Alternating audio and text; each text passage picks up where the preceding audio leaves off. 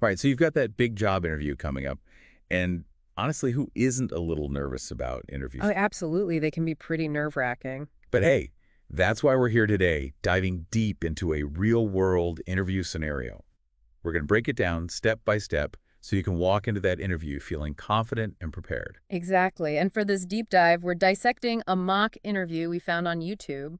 Think of it like a behind-the-scenes look at how an interview really works, what to do, what not to do. It's like a little sneak peek behind the curtain. Okay, so the video starts with these two friends, Molly and Bella. Molly's got the interview coming up, and she's, well, understandably nervous. But Bella's being a great friend, reminding her about how much she's prepped and all the awesome skills she brings to the table. It's a good reminder for everyone, really, that mindset is huge when it comes to interviews. And they touch on something else that's super important. Molly did her homework, she researched the company and the role and that kind of preparation. Employers absolutely love to see that. Totally.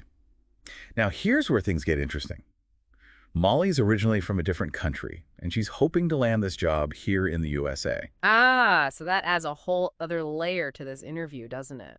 We'll see how Molly handles those questions about her background and what motivated her to relocate. Those can be tricky sometimes. So the interview kicks off, and the interviewer jumps right in, asking Molly about her decision to leave her home country and why she's looking for opportunities in the USA.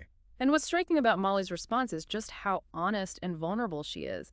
She doesn't shy away from discussing the challenges she faced in her previous job and how much she wants a better life. That authenticity can be so powerful when it comes to connecting with interviewers on a human level. It's refreshing, for sure. She talks about how tough it was to find a decent job back home, even with a degree, and how the low salaries made it hard to just make ends meet. You can really feel her drive and determination. And she's clearly ready for the question about whether she can legally work in the U.S. She assures the interviewer that she has all the necessary documentation, which is, of course, essential. Then the conversation shifts to Molly's previous job and why she decided to leave. Turns out she was more than willing to go the extra mile for her company, put in the extra work to help them grow. But, and it's a big but, she was being asked to work extra days without getting paid extra. Yeah, that's not right. No, it's not. And this is where we see Molly demonstrating a strong work ethic, but also knowing her worth and setting clear boundaries. It's a perfect example of how to advocate for yourself while still showing that you're committed to your work. She knows her value and isn't afraid to say it. You got it. And she does it all so professionally and respectfully. It's a tricky balance, but she nails it. Now, remember how we talked about how important it is to do your research before an interview? Well, it turns out that Molly actually knows someone who already works at this company, a friend named Lucas from back home. Ah, so she's been networking. Smart move. Very smart. Molly used her existing network to learn more about the company, maybe even get a referral, which can be a huge plus. This really highlights how valuable networking can be when you're job hunting. It's not just what you know, but who you know, right? Exactly. Okay, so let's get to that classic interview question. Tell me about yourself. Molly just knocks it out of the park. She gives this concise, compelling summary of her 8 years working as a personal assistant, focusing on her passion for efficiency and how much she wants to keep growing. It's like she's sharing her superpower, Yeah. the ability to get things done. But she's doing more than just listing off skills, isn't she? Right. She's giving the interviewer a glimpse of her professional journey and showing how her experience, what she's passionate about, line up perfectly with what this specific job needs. She's clearly put a lot of thought into how she can contribute to the company. And that's a huge takeaway for everyone listening, right? It's not enough to just say, I'm organized or I'm a great communicator. You got to connect those skills to the specific job you're interviewing for. Exactly. Don't just tell them, show them. And Molly does a fantastic job of that. For example, when she's asked about her skills and how she would contribute to the company's growth, she really shines. Instead of simply listing off skills, she gives specific examples of how her organizational skills and communication skills led to success in her past roles. And how those same skills could directly benefit this new company. Exactly. She reinforces it by saying how eager she is to learn new things and take on new challenges. She's presenting herself as someone who's both capable and driven. It's almost like she's reading the interviewer's mind, like she knows exactly what they need. She's definitely demonstrating a really strong understanding of the role and the company. Then comes the big one, the question everyone dreads a little. What makes you different from other candidates? Why should I choose you? This is where so many people stumble. It's a tough one, no doubt. You want to highlight your strengths without sounding like, well, arrogant. So how does Molly handle it? She hits it out of the park. Instead of just listing off skills, she paints this vivid picture of her strengths and her personality. She talks about how she approaches problem solving, with a mix of analysis and creativity. She talks about her willingness to go above and beyond and her positive attitude, all qualities that employers value highly. It sounds like she's giving them a peek into who she is as a person, not just as a potential employee. Exactly. And she cleverly acknowledges that there might be other qualified candidates out there, but she confidently highlights what makes her stand out. It's like she's saying, hey, I see you other candidates, but I bring something extra special to the table. A subtle way to show her confidence without being overbearing. Exactly. She's presenting herself as the complete package. All right, so to wrap up the interviewer asks Molly about her short-term and long-term goals. This is where Molly gets to showcase her ambition, really paint a picture of what she wants for her future. And she doesn't disappoint, right? She could have just said, I want to get promoted, but she takes it further. She talks about continuous learning, wanting to grow as a leader, and even her passion for social responsibility. I love that she brought up social responsibility. Yeah. It shows she's not just thinking about her own career, but how she can use her skills to make a real difference in the world. Yeah, it's a great way to connect with interviewers, especially these days when companies are putting so much emphasis on their social impact. Speaking of making a good impression, remember at the beginning of the video how Bella was giving Molly some tips on what not to do in an interview? Oh, right. Bella had some great advice about always dressing professionally, even for a virtual interview. Because first impressions matter, right?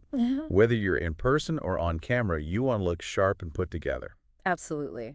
And Bella also emphasized how important it is to be on time, suggesting that Molly aim to be ready about 10 minutes early. In the world of virtual interviews, that probably means making sure your tech is all set up, you've got a quiet space, no distractions. Right. No barking dogs or kids running around in the background. Exactly. Technical glitches and background noise can be a real killer. And of course, clear communication is key. Your answers should be concise, well-structured, easy for the interviewer to follow. No rambling, no going off on tangents. Exactly. Keep it focused. But, maybe Bella's most important piece of advice was simply to be yourself. Yeah, authenticity is so important. When you try to be someone you're not, it shows.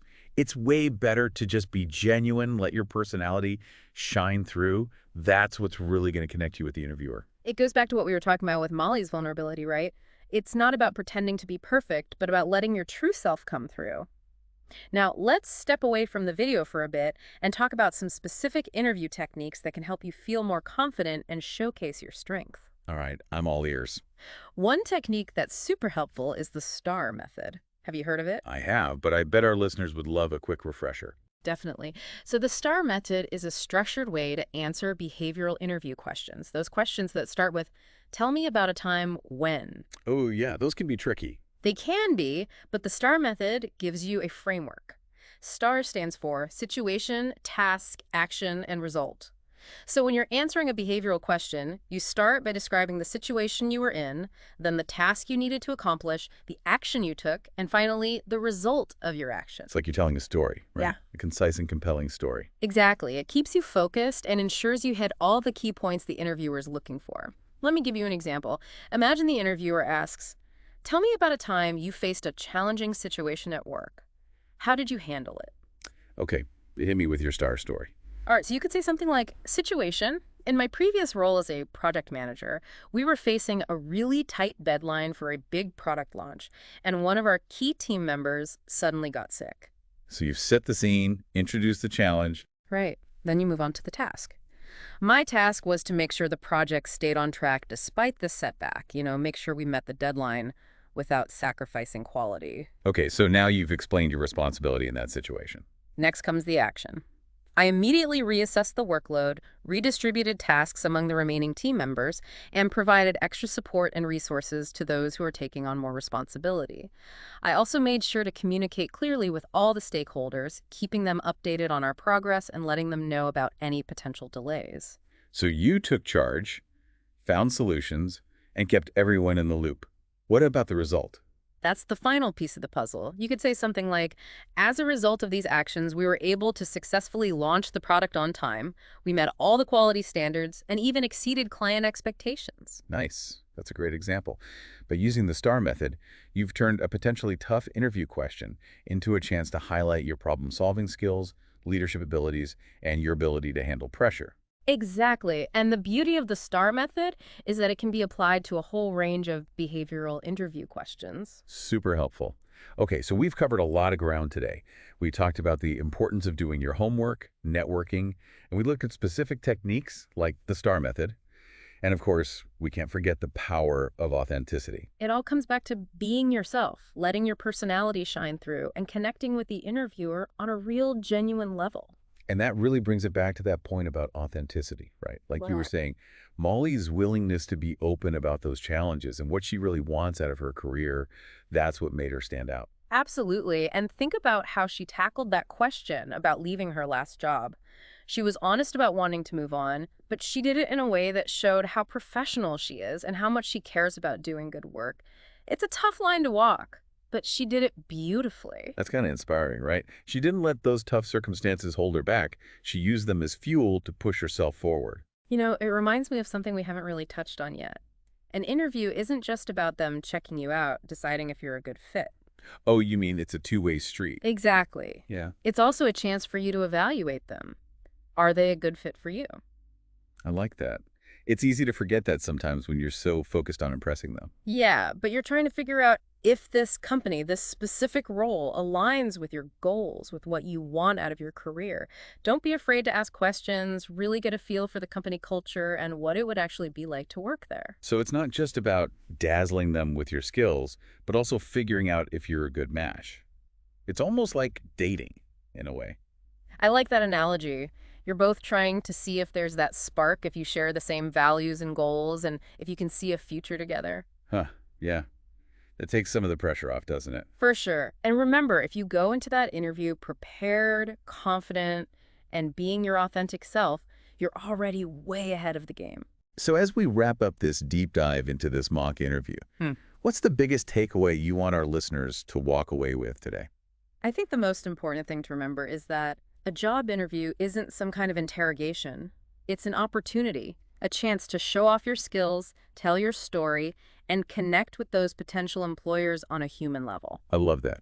It's about building a connection, not just spitting out canned answers. Exactly. And when you approach it with that mindset, with that genuine enthusiasm, you're so much more likely to find success. Well said. We've covered a ton of ground today. Everything from pre-interview research and networking to specific techniques like that STAR method, and of course the power of just being yourself. Hopefully this deep dive has been helpful, maybe even a little bit inspiring for everyone listening. You got this. Go out there and rock that interview. That's a wrap on this episode of The Deep Dive. Until next time, keep learning, keep growing, and keep diving deep into the things that matter to you.